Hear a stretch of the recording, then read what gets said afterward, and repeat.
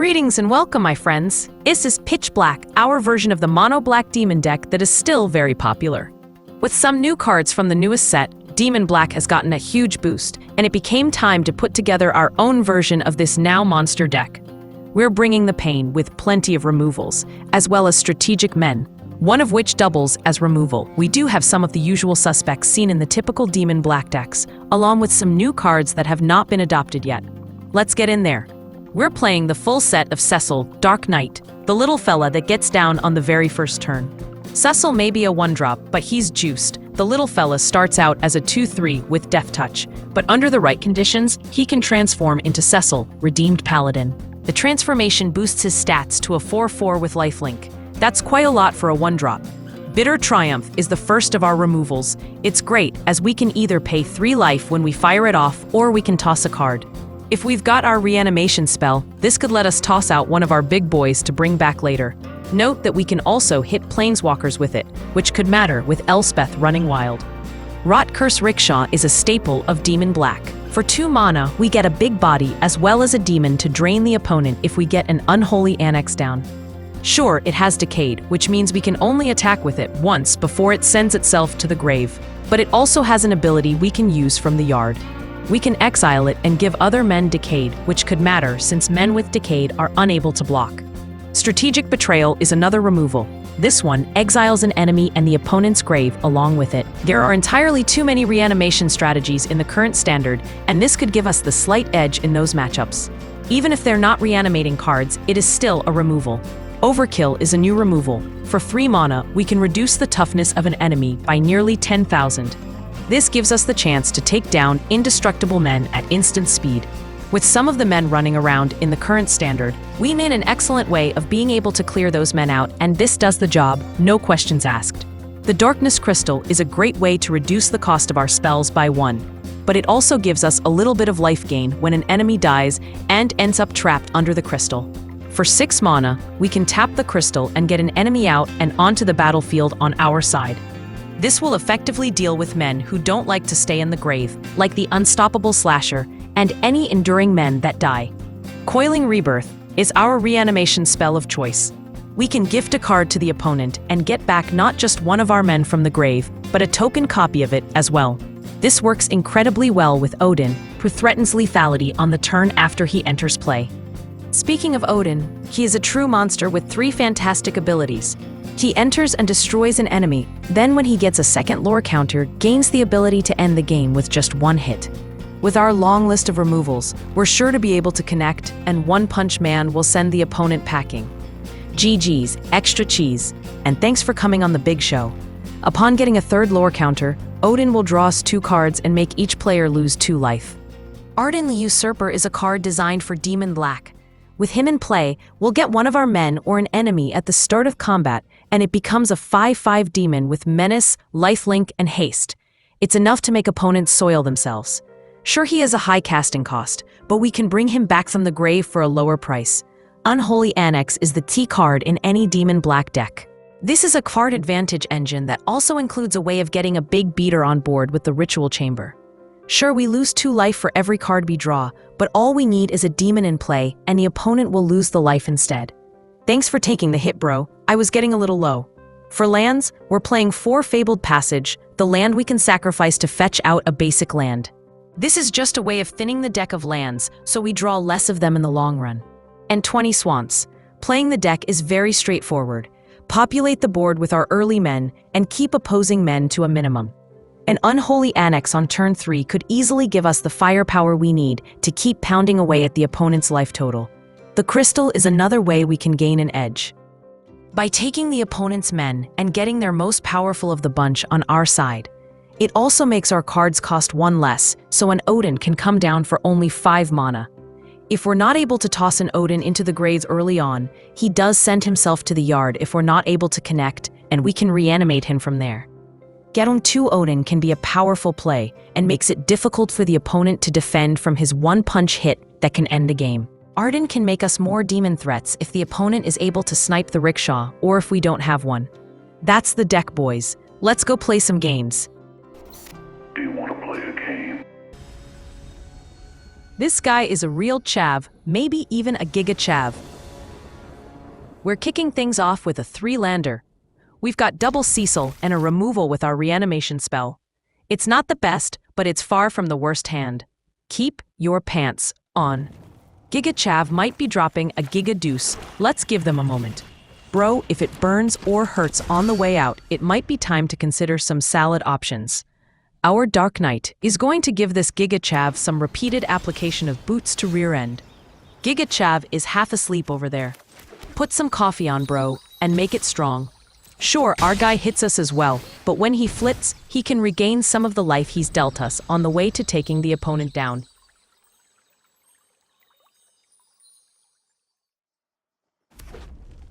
Mono Red Giga Chav goes through his second turn without any plays. That's a recipe for success.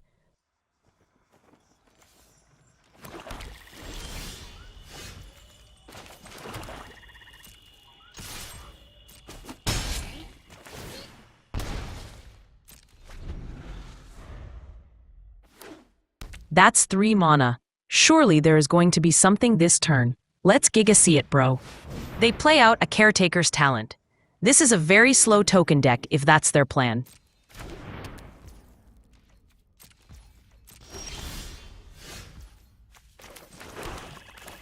We'll play out our Giga Rickshaw and get the wheels rolling. Get in there, Cecil. Apply more boots to rear ends.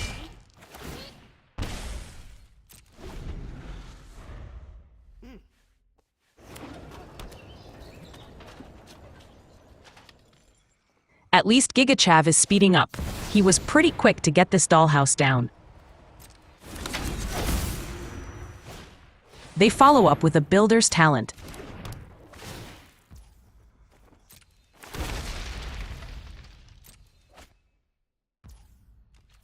We'll snipe their wall token and pay the life. This way we can flip our Dark Knight the very next time he swings in.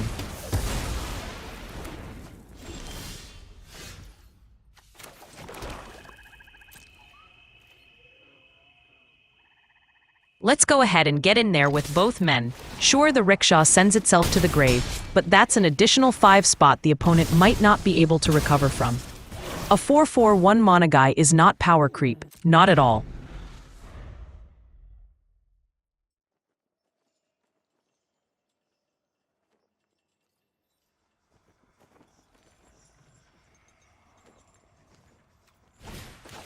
Their play is a forge, but that's a bit too slow at this point in the game. Giga Chav likes it slow, apparently.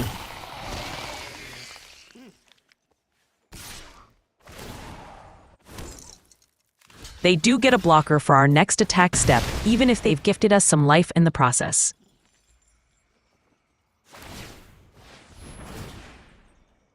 They make a copy of their token with the talent, but what they should have done was made a copy of the Forge token on a later turn when its power is higher.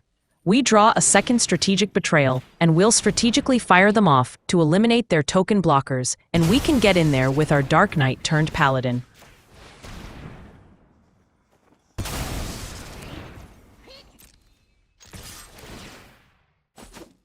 We go up to 17 life, and we've only lost 3 life all game. It's like all that damage didn't even happen. We'll land another Dark Knight before passing the turn. Your go, my bro.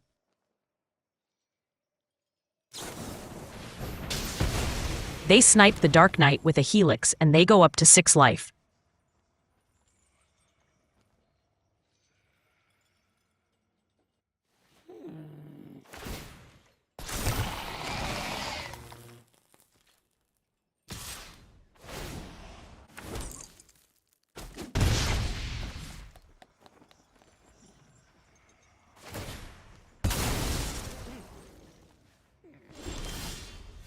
We draw an Annex, and we'll play out the Ritual Chamber. That'll give us a 6/6 flying body that won't be so easy to block.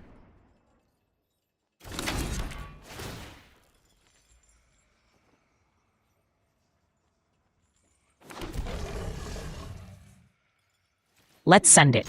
We can pad our life total with an extra 4 points and be nearly topped off.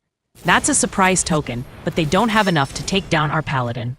Giga Chav plays out a case of the Uneaten Feast. A little bit of life gain for them will get them out of reach of our demon, but they'll need more since we can easily unlock the Unholy Annex and drain for another pair.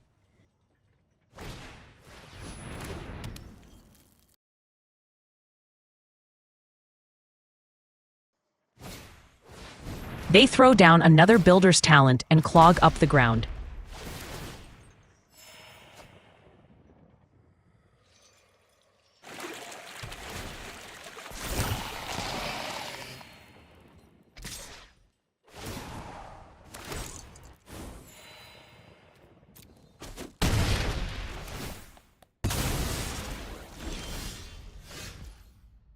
In the blunders department, we should have used the rickshaw to give their 3 men decayed, making them unable to block. I was already keying in on the Unholy Annex.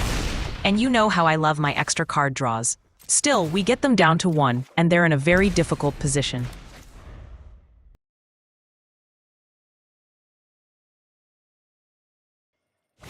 A second forge is not going to be the trick that saves their life. Sure, that's an extra body that enters play and gains them another point of life. It's simply not enough.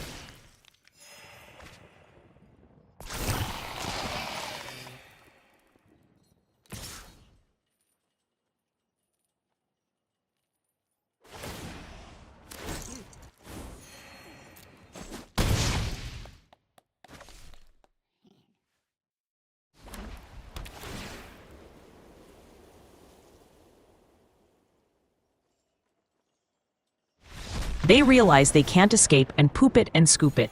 GG's. This is Pedro. No wait, it's Zero. No wait, it's Zedro. Talk about a faceplant. We get another 3-lander. This time we thought only 1 Dark Knight and triple removal. Nothing wrong with that. I already see dead people everywhere. Keep your pants on.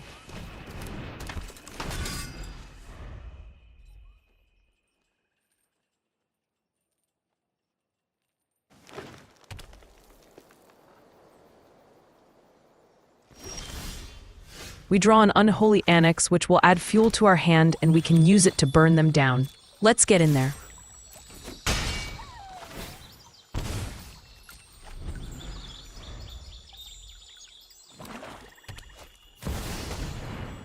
They go for a Nissa, so it looks like they'll be on some kind of landfall deck. They likely wouldn't have blocked, but we still want Nissa gone before they can gain any kind of advantage from her, so we'll snipe her now.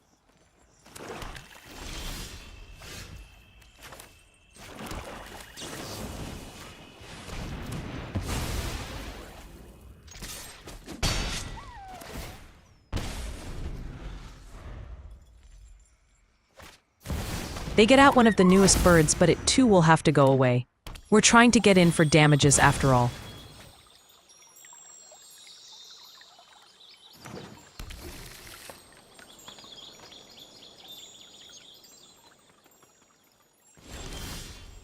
We draw a Strategic Betrayal, and that's what we'll use to snipe their big non-flying turkey. And we'll be able to hold up the other 2 mana for our instant removal.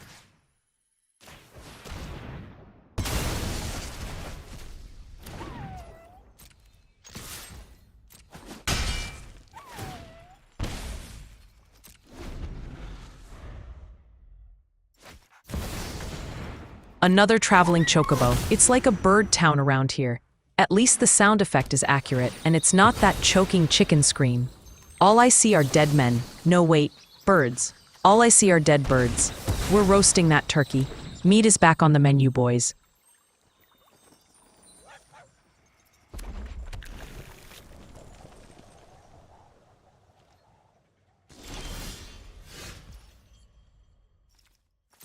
This hit will get us to 9 life, and that will be enough to flip our Dark Knight into a shiny paladin.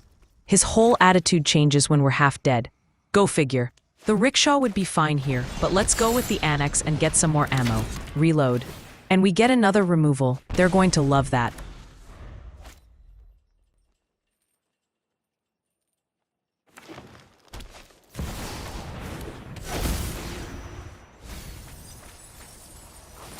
They get a big 8/8 beater, but it's already got a foot in the grave. It's just a matter of time before we mourn the loss of a big bear.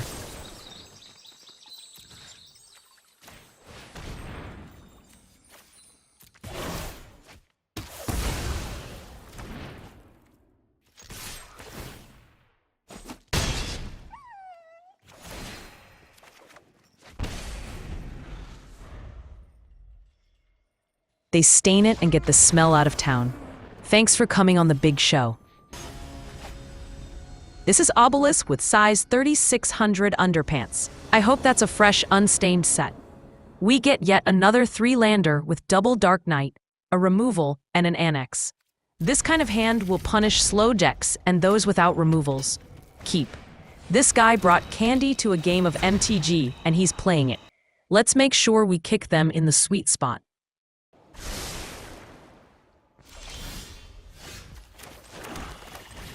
It's time for Cecil to get in there. This bro loves pain so much, he hurts us as well as the opponent. They play out a Maze Mine Tome, but did you notice that all their lands are colorless? Something is up. Does it smell like Ultima up in here, or what?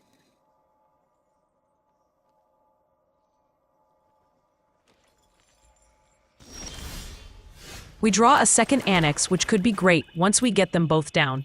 We'll want to find an instant removal in case they throw down something like an Ultima.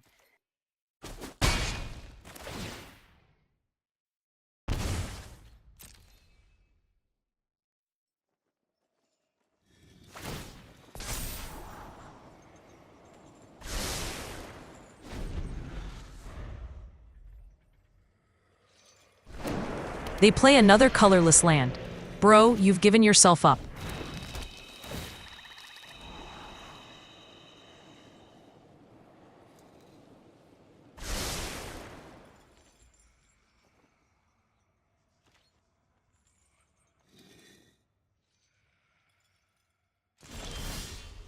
We draw an Overkill, which we'll try to hold on to in case of Big Ugly.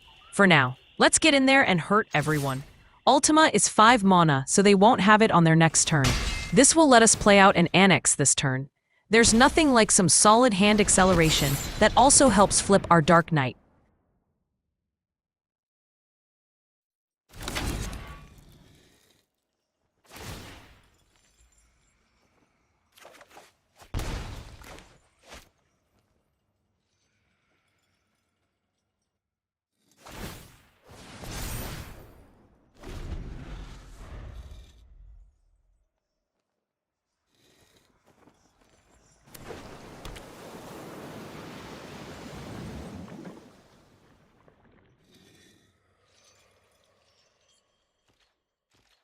They go through their 4th turn without any plays. Sitting there and taking a beating is not exactly the best option.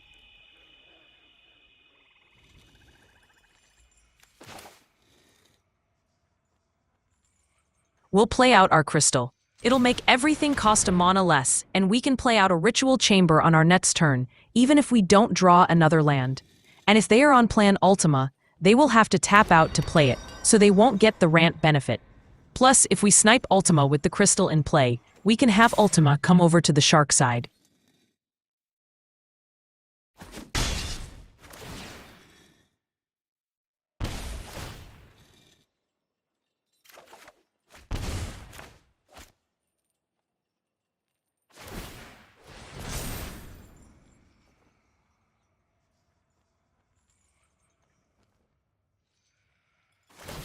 Bro starts eating his candy.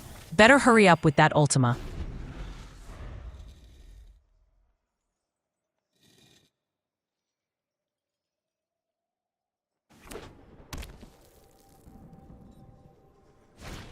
They play out a Spider, and although it could block for a turn, I'm more concerned they could use the ability.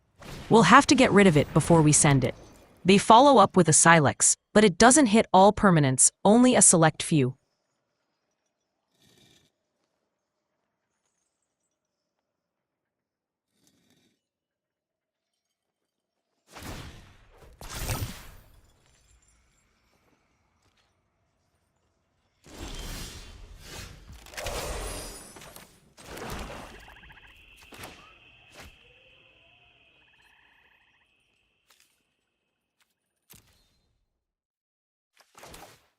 We'll off the Spider with a Strategic Betrayal.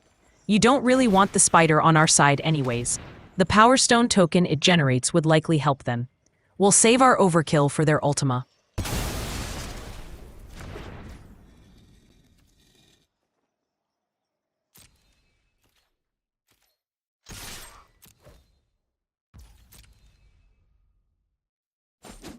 Note we could play out the second Dark Knight, But if they blow up their Silex for 1, then we'd lose 2 cards, which isn't worth it. Let's just hold what we got.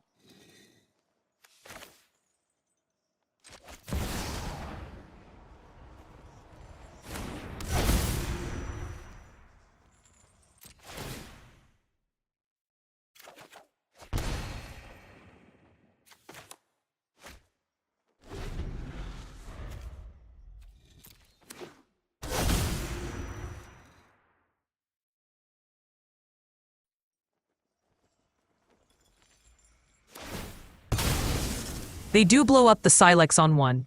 It's not quite the death blow to our board. We still got an Annex and a Rickshaw that we can ride to victory.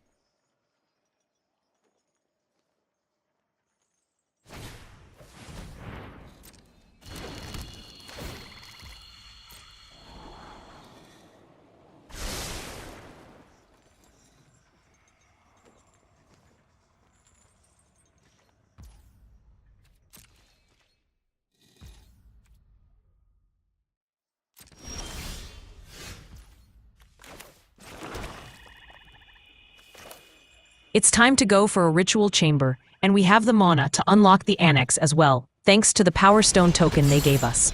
Bro, you're helping me beat you.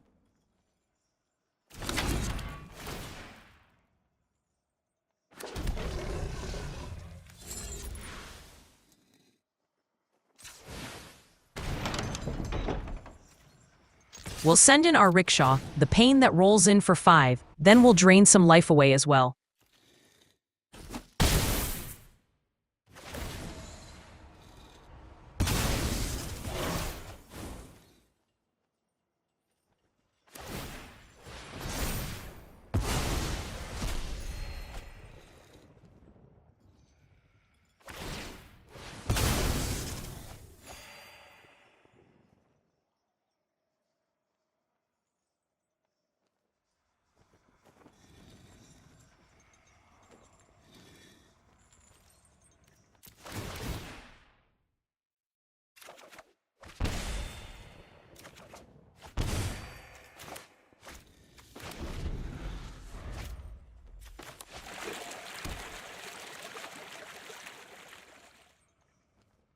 That's not an Ultima. That was the plan all along.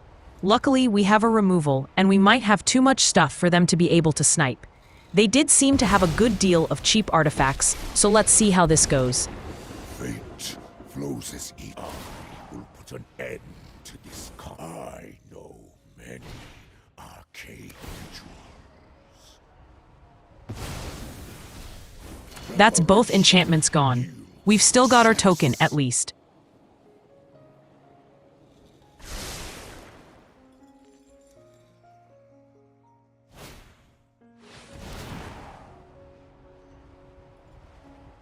Never mind, there goes the token as well. We've got to rebuild our board, but that will come after we snipe their planeswalker.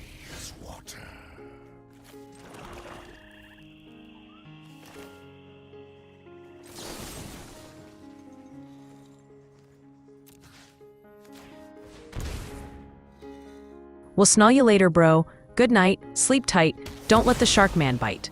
The ritual chamber will be our follow-up play, and once again, we can unlock the Annex thanks to the extra mana from the Power Stone token.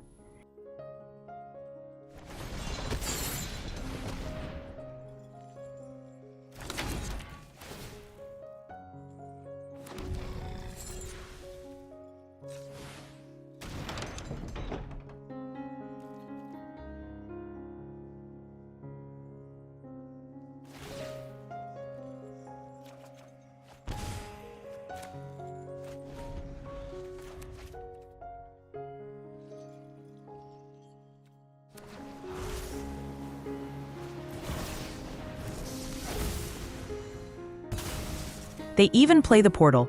I guess it's like a fallback plan in case plan A doesn't work out. Ardyn will be our play here. We can use him to get our Dark Knight back, and that will leave only the Rickshaw in our grave. And since the Rickshaw can't block, they're going to have to find yet another answer.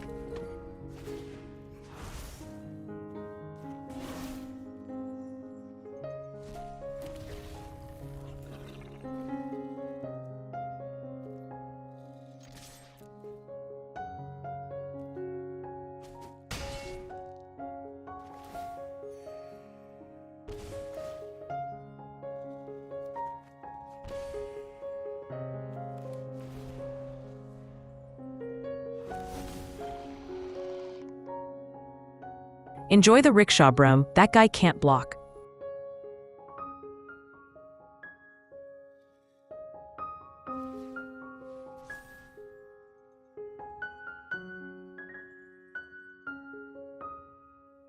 They're not enjoying it, apparently. They poop it and scoop it. GG's, extra cheese. And that, my friends, is another stained, no wait, satisfied customer.